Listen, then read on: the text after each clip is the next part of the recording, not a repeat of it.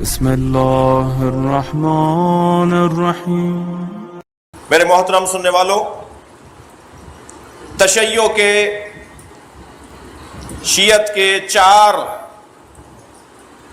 مراحل، منازل اور 4 نصاب ہیں۔ 4 نصابی مراحل ہیں تشیع کے۔ کوئی اہل بیت کا چاہنے والا شیعہ نہیں کہلایا جائے گا جب تک وہ 4 ان مرحلوں سے نہ گزرے۔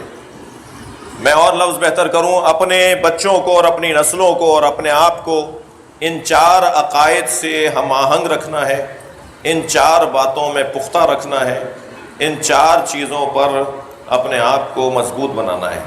سب سے پہلا عقیدہ عقیدہ توحید پروردگار۔ وہ اہل بیت کا چاہنے والا ہی نہیں ہے جو موحد نہ ہو، وہ اہل بیت کا چاہنے والا ہی نہیں ہے کہ جس کے ہاں عقیدہ توحید مضبوط نہ ہو۔ میری اور آپ کی خوش قسمتی ہے کہ ہمارے ہاں کتابی دنیا میں اور نظریاتی دنیا میں عقیدہ توحید سب سے بہتر ہے۔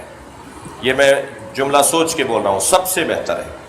کوئی اسلامی مکتب فکر نہیں ہے کہ جس کے پاس ہم جیسا عقیدہ توحید ہو۔ اس باب میں صرف ایک جملہ کہہ دیتا ہوں کہ جن کے پاس نہج البلاغہ اور صحیفہ سجادیہ ہو، ان سے اچھا کوئی اللہ کو جانتا نہیں ہے۔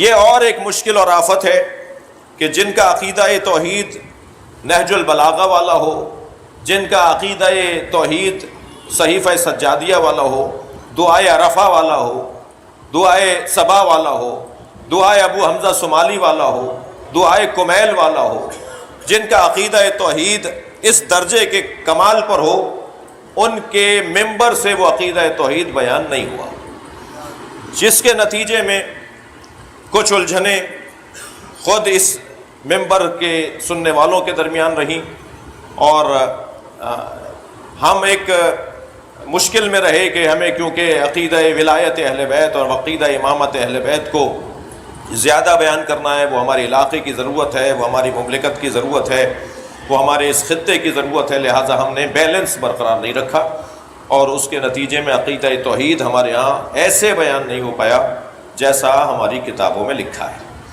تو کوئی شیعہ نہیں ہے، اہل بیت کا چاہنے والا نہیں ہے جس کا عقیدہ توحید مضبوط نہ ہو۔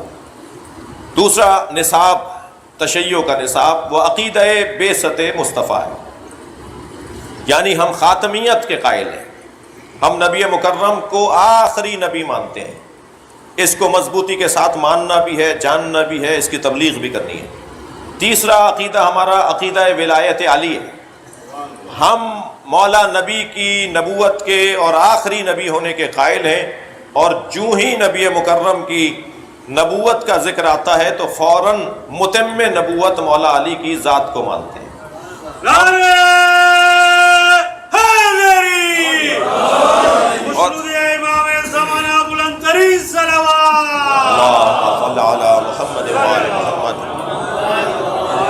لہذا وہ شیعہ ہی نہیں ہے کہ جو ولایت علی کا قائل نہ ہو اور اس پہ مطمئن نہ ہو۔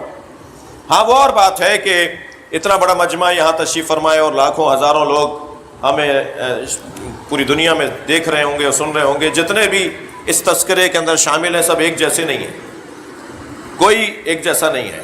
ممکن ہے اسی مجمع میں کوئی اللہ کا ولی بیٹھا ہو، اور ممکن ہے اسی مجمع میں کوئی خطا کار اور گناہ گار بیٹھا ہو، ہر طرح کے لوگ ممکن ہیں اسی مجمع میں، اور آپ پھر تصور کرتے چلے جائیے تو سب برابر نہیں ہیں۔ جب سلمان و ابو ذر برابر نہیں تھے تو آپ اور میں کیسے برابر ہیں جی؟ اور جب حضرت عمار یاسر اور حضرت سلمان برابر نہیں تھے، ہر ایک کا عقیدہ ولایت علی مختلف رہا ہے۔ ایک حدیث مبارکہ میں سرکار نے اپنے 4 معتبر صحابہ کے نام لیے، حضرت عمار کا نام نہیں لیا۔ تو ایک پوچھنے والے نے پوچھا، یا رسول اللہ فل عمار کا آپ نے نام نہیں لیا؟ فضیلت بیان کر رہے تھے اپنے 4 صحابیوں کو، فرمایا آپ نے عمار کا نام نہیں لیا؟ تو نبی نے فرمایا کہ عمار جازا جیزتن، ایک لمحے کے لیے علی پہ شک کریں گے، اس لیے عمار ان 4 کے برابر نہیں ہے۔ ایک لمحے بھی علی پر شک کرنے والا عمار نہیں ہو سکتا، تو میں کیسے ہو جاؤں گا؟ میری کیا حیثیت رہتی ہے پھر؟ لہٰذا بہت مشکل ہے ولایت کی راہ میں چلنا۔ ولایت کا رستہ عزیزان گرامی، ولایت کا رستہ ہی تو وہ صراط مستقیم ہے، ولایت کا رستہ ہی تو وہ پل صراط ہے جس پہ گزرنے کے لیے مرنا ضروری نہیں ہے۔ اسی زندگی میں ہم پل صراط سے گزر رہے ہیں۔ اگر کوئی اس بات کو سمجھ لے کہ ولایت علی پر عمل کرنا کتنا مشکل ہے۔ یہ تیسرا نصاب۔ چوتھا نصاب بھی سن لیجئے، وہ ہے ذکر عاشورہ، عاشور کو یاد رکھنا اور عاشورہ کو منعقد کرنا۔